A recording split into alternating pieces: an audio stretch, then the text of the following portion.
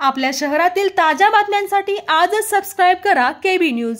चिमगाव येथील सौ शुभांगी विश्वास लोंढे या काल दिनांक 29 मे रोजी रात्री 9 ते 10 दरम्यान राहत्या घरातून अचानक बेपत्ता झाल्या होत्या। सकाळपासून शोध घेतला जात असताना आज त्यांचा मृतदेह गावातील विहिरीत आढळून आला। या घटनेमुळे संपूर्ण गावात शोककळा पसरली आहे। पोलिसांनी घटनास्थळी धाव घेऊन पुढील तपास सुरू केला आहे।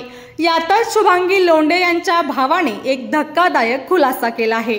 माझी बहीण शुभांगी विश्वास लोंढे राहणार चिमगाव तालुका कागद ची मिसिंग कंप्लेंट परवा मुलगुड डिव्हिजनला दिली होती। पण खऱ्या अर्थात बघायचं झालं तर विवाह होऊन 23-24 वर्ष झालेले आहेत। तरी विवाह झालेल्या दिवसापासून अगदी पैशाची मागणी असेल, विविध कौटुंबिक त्रास, मानसिक त्रासात तिचा जो मानसिक छळ होत होता आणि कुटुंबाच्या दबावाखाली आणि कुटुंबाकडून होणारा मानसिक छळ याचा बळी खऱ्या अर्थानं गेलेला आहे। ते मी देखील तरुण आहे, आज मी देखील एखाद्या गावाचं प्रतिनिधित्व करतोय।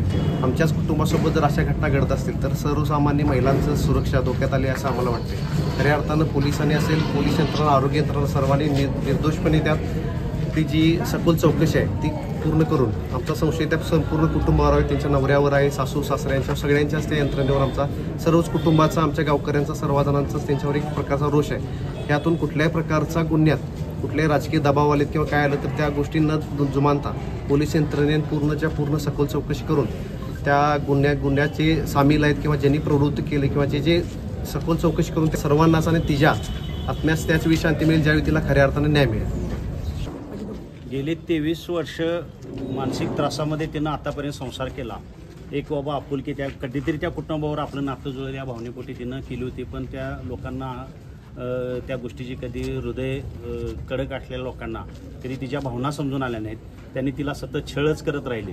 त्या छळाचा परिणाम आज आपल्यासमोर दिसून येतोय।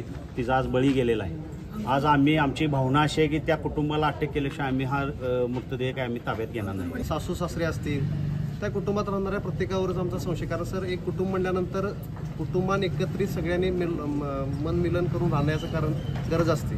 पण वेळोवेळी जर तुम्हाला हॅरॅसमेंट होते, आता तसं बघायला गेलं तर ती एक अंगणवाडी सेविका होती, मदतनीस होती, मुलांच्या समिती काम करून स्वतः रोजगार निर्मिती करून ते आपल्या कुटुंबाचा उदरनिर्वाह देखील करत होते। पगार झाल्यानंतर ज्या काही पगारच्या मागण्या असतील किंवा मानसिक छळ, सर्वात जास्त यात जर खऱ्या अर्थानं बघायला गेलं तर मानसिक छळाचा बळी गेलेला आहे। आणि आमच्या सर्व कुटुंबाची एकच मागणी आहे की दोषीच कारवाई झाल्याशिवाय आम्ही इथून कुठल्याही प्रकारे रुग्णालय देखील सोडणार नाही आणि त्यांना दोष त्यांचा सिद्ध करून त्यांना अटक केल्याशिवाय आम्ही मृतदेह ताब्यात घेऊ देणार नाही।